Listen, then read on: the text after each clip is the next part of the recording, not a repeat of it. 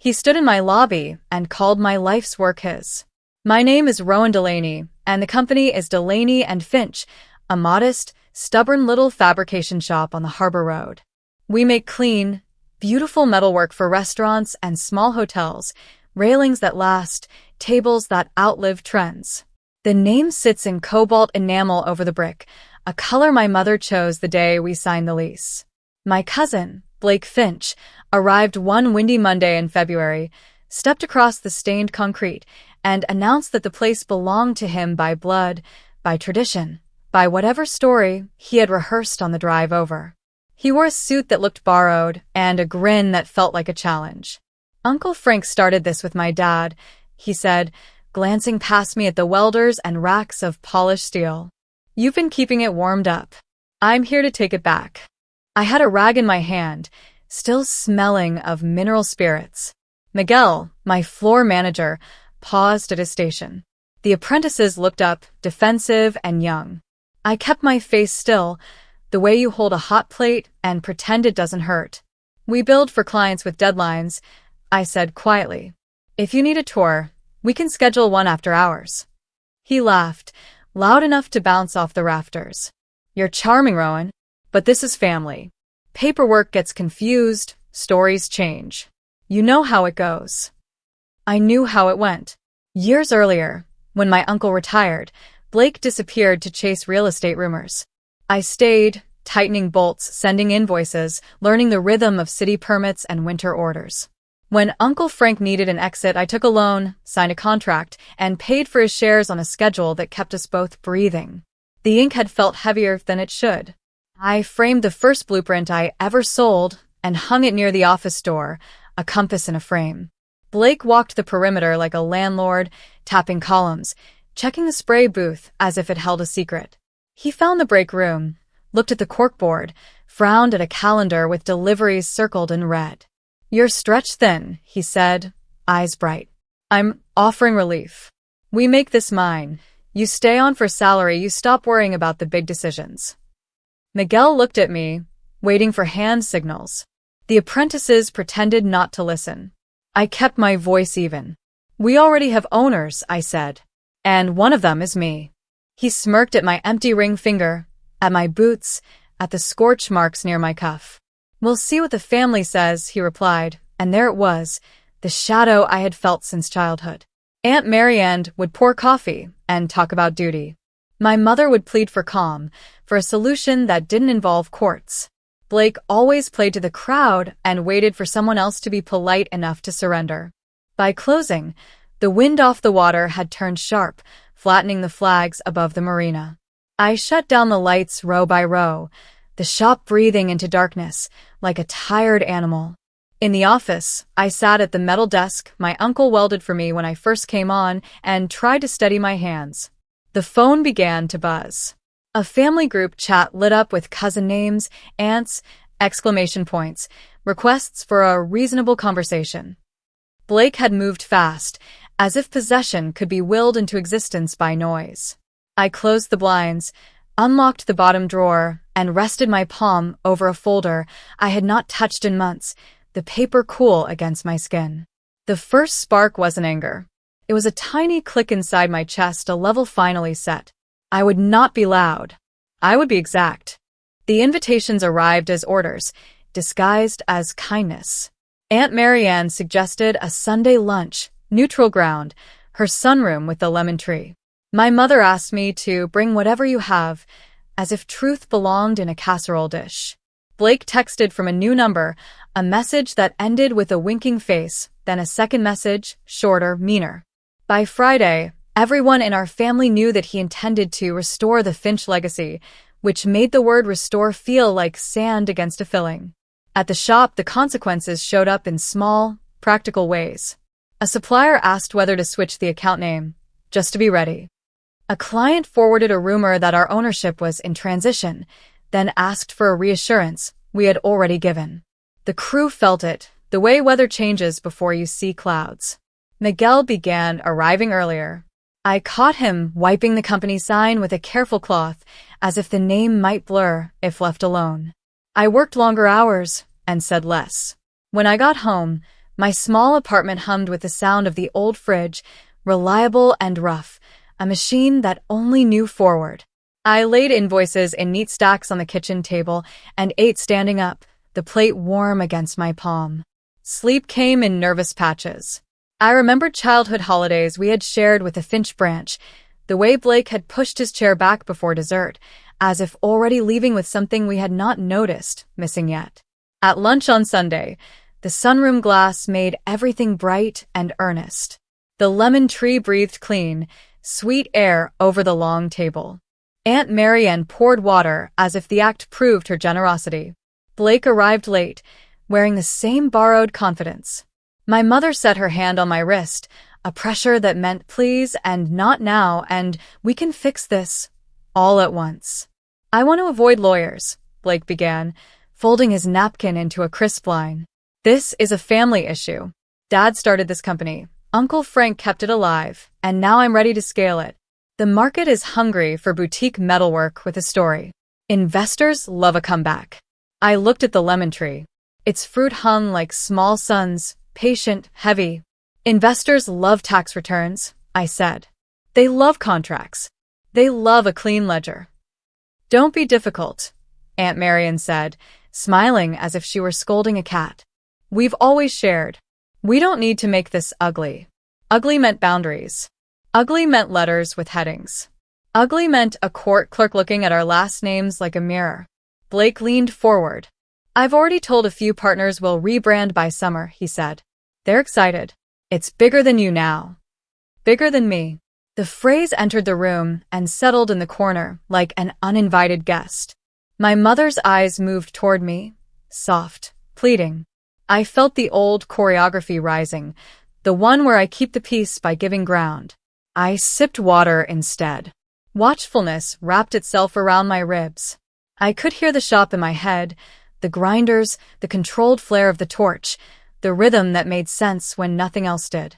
I'm not here to argue, I said, keeping my tone light, the way you talk to a skittish animal. I'm here to listen. He mistook my quiet for a retreat. Great, he said. Then you'll sign a short memorandum acknowledging my role. We'll celebrate at the 4th of July picnic. I'll handle vision, you'll run operations, and everyone gets along. Everyone meant him. Vision meant erasure. I set my fork down, slow, decisive. The lemon tree leaves flickered in a breeze that wasn't there. My mother's fingers tightened, a last tug on an old rope. I'll consider what you've said, I replied. The vow formed after, on the walk to my car, the sun on the driveway blazing through a thin cloud. I would not debate the truth at a family table. I would not ask for permission to keep what I had bled to build. I would bring the truth into a room that respected it, and I would be ready. The proof lived where certainty hides, tucked into a drawer I rarely opened because it made me remember things I preferred to honor by working. Monday dawned pale and cold. I unlocked the office, brewed coffee that tasted like discipline, and laid the folder on the desk. Inside sat the purchase agreement between me and my uncle, notarized, witnessed, the signatures precise as weld beads. A second document, drafted by a lawyer named Priya Naidu, outlined the share transfer, the payment schedule, the clause that barred reassignment without my written consent. My thumb hovered over the initialed pages, the paper warm from the lamp. When we first signed, I had worried about the future but not about family. I had worried about interest rates, whether restaurants would keep ordering, whether my back could carry 12-hour days. The contract had been my life vest, a commitment written in a language that banks understand. Now it felt like a map. Priya had been my neighbor then, in a narrow building over the bakery, a woman who wore navy sweaters and carried a briefcase that said she enjoyed a world with corners. I still had her card. I still remembered the way she had said, "Your cousin can claim a myth, Rowan. The registry will remember what you file." I called her office. She answered on the second ring, voice steady, like a level placed on a bench. "It's been a while," she said, and I could hear keys tapping. "Tell me what's changed." I told her about Blake, about the Sunday lunch with the lemon tree, about the supplier who had asked whether to switch the account name just to be ready. I kept my tone objective, the way she liked, facts stacked with clean edges. Do you have the executed agreement? She asked. I have the signed contract, the share ledger, and the bank transfer receipts, I said, pulling each item into a neat row. The receipts carried my initials, a trail of payments that stretched across 3 years like stepping stones. The ledger listed me as majority owner, with Uncle Frank retaining a small advisory stake, since converted to a pension by mutual agreement. Every change had a date, a signature, a notary seal that made my stomach unclench. Good, she replied. We'll update the state filing to reflect the pension conversion, just to close that door. Send me scans. And Rowan, she added, do not discuss this again with your family in a social setting. If he contacts your suppliers, forward it to me. I scanned the documents, watched the bar crawl from left to right, as if measuring something larger than ink. The machine hummed with that useful indifference exact tools have. Miguel knocked on the door and stuck his head in. Everything okay? He asked. It will be, I said, and for the first time that week, the words landed. By noon, Priya had replied with a plan. She would file a letter to Blake, copied to my aunt, outlining the ownership structure and warning against any misrepresentation that could harm the business. She would also send a notice to our vendors confirming the legal contact person for the account. It was restrained, sharp, and perfectly polite. In the afternoon, while the crew cut a set of custom stair treads, I pulled the contract back out and read every clause, every definition. I ran my finger over my signature, remembered the pen trembling just slightly the day I signed, not with fear, but with respect. The discovery wasn't the paper. It was the feeling that bloomed behind my ribs as I read, the awareness that I had not imagined any of this. I had built it, paid for it, and recorded it where the world could see. I slid the contract into a fresh plastic sleeve, then into a hard-sided portfolio. The folder felt like a small shield. I locked it in the cabinet, then unlocked it again, just to feel the click. Resolve isn't loud. It is the soft sound of a key turning when you know for sure which door is yours. We held the meeting in the shop office because I wanted the truth to stand where it was forged. Priya chose Wednesday at 10, a civilized hour when the grinders were quiet and the phone rarely rang. Blake arrived first, wearing a brighter suit, cheeks flushed with expectation. Aunt Marian followed, careful, composed, carrying a tin of cookies as if sweetness could arbitrate. Priya entered last, efficient and cordial. She shook hands, placed a slim folder on the table, and sat with her back straight. Miguel waited outside with the crew, the way a good team gives you privacy, while reminding you you're not alone. Let's be brief, Priya began. We're here to clarify ownership and responsibilities. Blake smiled at me. I'm glad you finally came around, he said. No hard feelings. Priya opened the folder. Mr. Finch, she said evenly. Delaney and Finch is majority owned by Ms. Rowan Delaney, by way of a fully executed share purchase agreement dated April 3rd, 3 years ago. Here is a copy of the contract, with notarized signatures and the corresponding share ledger, bank transfer documentation, and state filings. As of last month, Mr. Frank Delaney's advisory stake converted to a pension obligation, also executed and filed. There is no legal pathway for your claim. He blinked, as if language had shifted key. This is family, he said, slower now. My father honored the law, Priya replied. He sold his interest. He recorded it properly. He was proud of Ms. Delaney's stewardship. I have his letter to that effect, if needed. Aunt Marianne set the cookie tin down, the lid clicking against aluminum. We don't want to fight, she said. We just want what's fair. Fair is what we wrote and signed, I said, my voice level. Fair is what we paid for. Fair is the payroll that cleared because I stayed late and sent invoices on Christmas Eve. Blake's eyes hardened. You can't keep me out, he said. People know me.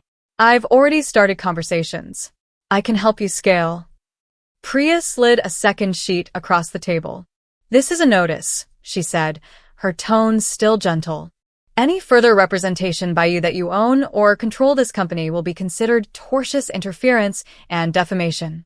If you contact our vendors or clients with false claims, we will seek damages. We prefer not to, but we will. He looked at the paper as if it might bite him. He looked at me, searching for softness, for that old bend he remembered. I held his gaze. The room smelled faintly of metal and lemon oil, the office plants still glistening from their morning spray. "This is unnecessary," he said, but the sentence lacked air. "It is necessary," Priya answered. "It is also final." Silence arranged the room. Out on the floor, someone laughed at a joke, the sound warm, ordinary. A gull cried somewhere near the loading dock, a thin, bright note. My heart didn't race. It settled. Blake pushed back his chair, frustrated and graceless. "Enjoy your little shop," he said. "You'll never grow without real leadership." "Then let me fail or thrive on my own terms," I replied. "But do not trespass." He hesitated, then walked out, the door's hydraulic arm whispering as it closed. Aunt Marian stayed a moment longer, her hands flat on the table. "You could have avoided this," she murmured. "I did," I said, and she flinched at the accuracy. She gathered the cookies, unsmiling, and left. The office returned to its usual scale, the kind that fits a life honestly measured. Priya exhaled, a small release. "Keep copies of everything," she said, tapping the folder. "And Rowan, take a walk before you go back to work." Justice didn't clap or cheer. It sat quietly in the chair across from me, legs crossed, finally unafraid to stay. Morning came warmer after that, like the city had found a kinder rhythm. I arrived early, watched the harbor light crawl across the shop floor, a pale stripe that widened as the sun cleared the warehouses. The apprentices filed in with coffees, teasing each other, studying the music speaker on the shelf. Miguel unlocked the tool cage and whistled a tune from his childhood. I watered the fern in the office window, the pot catching the light like a small bowl of mercy. The notices went out. Vendors replied with quiet affirmations, one-line emails that meant the world. A client who had paused their order wrote back with a revised schedule. The bank updated our contact record with a brisk, satisfying formality. Priya's letter sat on my desk, its clean serif type, like a bell tone, every time my eyes passed over it.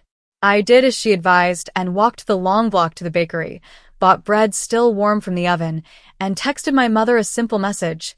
It settled. She called that evening, voice low, relief threaded with leftover worry. "I don't like conflict," she said, "but I'm proud of you." "I don't like it either," I answered, buttering bread at the counter. "That's why I'm careful." The shop took on a sense of after, that calm that follows a storm when you can hear what has always been there. I stood at a bench and polished the edge of a counterweight for a restaurant that believed in letting craft show. The steel caught my face in a wobbled reflection, reminder that identity is both fixed and made. I thought of my uncle signing the last page, handing me a pen with a small, private smile. I thought of Blake, a boy who had learned to grab at what was near rather than build what he wanted. I felt sad for him, but I didn't invite the sadness in. It could stand on the stoop and think about its choices. On Saturday, I hosted a crew lunch. We grilled behind the shop, near the loading dock where the breeze carried salt. Miguel brought his grandmother's salsa.